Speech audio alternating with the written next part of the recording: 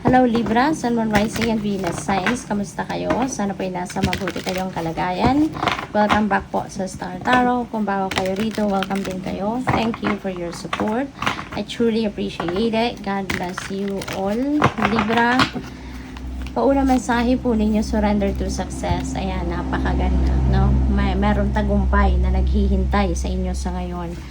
Sabi din dito, you are ready to experience abundance. Kasi maaaring ito din yung ina-expect ninyong mangyari. Ito din yung minamanifest ninyo. Ito yung pinagtatrabahuan ninyo. So, this is really beautiful. So, don't look back at previous roadblocks or difficulties. Huwag nyo na daw balikan. Huwag nyo nang tignan pa. No? Yung mga naging sagabal, no? Mga naging obstacles, mga naging difficulties na pinagdaanan ninyo in the past. Bagkus, mag-focus kayo ngayon sa bagong mundo ng mga bagong posibilidad at bagong oportunidad na maaaring nandiyan at naghihintay sa inyo. So, good luck. What else? We have surrender to inner peace. Ayan, cultivate inner peace on a daily basis. In quiet, meditative moments, focus on the stillness within and enjoy this inner refuge. Others will feel your good vibes too and your life will flow more easily. Ayan, so siguro, no, magandang magkaroon kayo ng time para sa sarili ninyo. Every day, magkaroon kayo ng quiet moment, no? Mag-meditate, gano'n, mag-prayer mode, gano'n, kahit saglit lang every day, no? Para magkaroon kayo ng regular basis na mararamdaman ninyo yung inner peace, yung bagang relax, calm, yung gano'n, ano? At nakakatulong yon na mas maging ma-maintain ninyo yung physical and mental health ninyo, 'di ba? Na lagi kayong nasa sentro, lagi kayong nasa balanse, kalmado, nakakapag-focus, yung ganon. So, what else? We have Queen of Wands. Ayan. So, this is exciting kasi this is si Queen of Wands. This is full of inspiration, full of drive. Yung determination niya, napakataas ng level, lagi siyang excited, yung ganon, na gawin, no? I-pursue kung ano man yung mga ine-envision niya, ano man yung mga goals niya, talagang gagawin niya ang lahat, no? She's gonna do anything and everything in her power to achieve kung ano man yung gusto niyang ma-achieve. Kaya, maaaring yun ang i-embody ninyo sa ngayon, yung energy ni Queen of Wands. Magiging ganon kayo. Ayon the prize, focus, determined, at walang pwedeng, no one, no or nothing can get in your way, kumbaga. What else? We have Ace of Cups, napakaganda naman. This is divine blessing. Tignan mo yung kamay ng universe, naka-off na ina-offer sa'yo yung isang cup na overflowing ang laman. So, ibig sabihin nito, siksik, liglig, umaapaw, no? Yung pwedeng biyaya, no, na nilalaman ng ano na to, ng cup na to, no? So you can expect, no, siksik-liglig, umaapaw na blessing.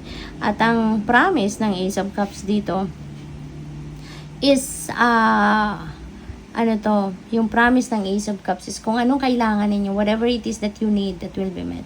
Kung anong kailangan mo, yun ang ibibigay sa iyo. Kung ano ang kailangan mo, yun ang ibibless sa iyo sa ngayon. Kaya napakaganda. So, depende yan sa inyong sitwasyon. It could be love, it could be money, it could be opportunities, it could be anything.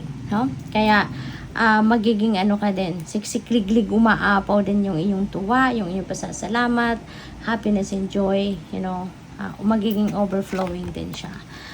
Eight of Wands. Ayan. So, mayroon ditong ano,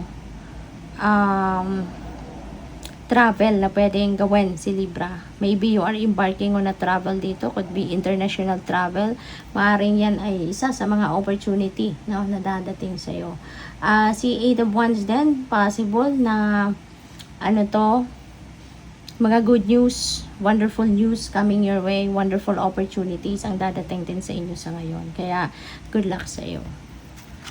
We have wow, Empress, no? Abundance. This is abundance, prosperity.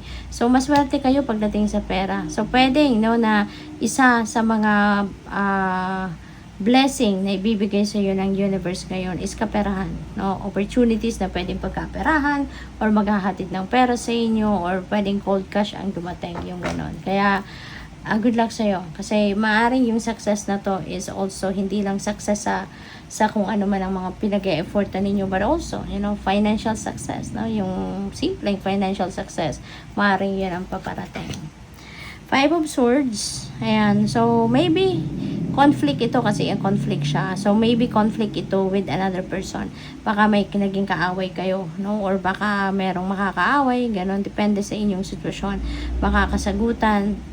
Maaring, ang iba sa inyo, baka palaban din kayo. Hindi ninyo uurungan ng kung sino man na, alam mo yun, nagsasalita ng hindi maganda towards you. So, maaring talaga magre-rebuttal kayo, parang ganon. Or magsasalita din kayo, yung ganon ba, no? May nag-walk away dito, no? So, it's either kayo yung nag-walk away dito or kayo yung kausap ninyo yung nag-walk away from you. So, depende sa kung ano ang naging kung ano yung naging usapan dito, no? Naging takbo ng pag-uusap na hindi maganda kasi merong nag-walk away from someone. So, depende yan sa inyong sitwasyon, no? So, pwedeng may hindi pagkakaintindihan, yung gano'n. Yung hindi kayo yung naghiwalay kayo na you're not on the same page. What else? We have 9 of Cups. Ang swerte. So, maaari na to yung taong ito. Baka inggit ito sa inyo. No? Kasi ang daming blessing eh. Madaming blessing, may travel, may magandang balita. No? So, kaya maaring inggit ito sa iyo. Kaya, pwedeng pre-invoke ka nito. Kaya nakapagsalita ka rin. Or pwedeng inaway ka talaga ng taong ito. Out of inggit. No? 9 of Cups, this is time for happiness and joy. This is time for success. Hindi lang financial success, kundi success sa iba't ibang bagay ang maaring makamit ninyo or maaring mapunta sa iyo or maaring makuha mo. Meron din ditong falling in love, no? For some of you, kung kayo'y single pa, baka ngayon magkaka-love life na. Or, since din ito, wish fulfillment energy. So, siguro yung mga wishes ninyo, yung mga heart desires ninyo, eto na, makukuha mo na. Marireceive mo na, mai-enjoy mo na. Kaya, hindi malayong marami talaga ang mainggit sa'yo. Kasi parang ang swerte ninyo sa ngayon. Diba? So, good luck. Thank you for watching. Love and light. Namaste.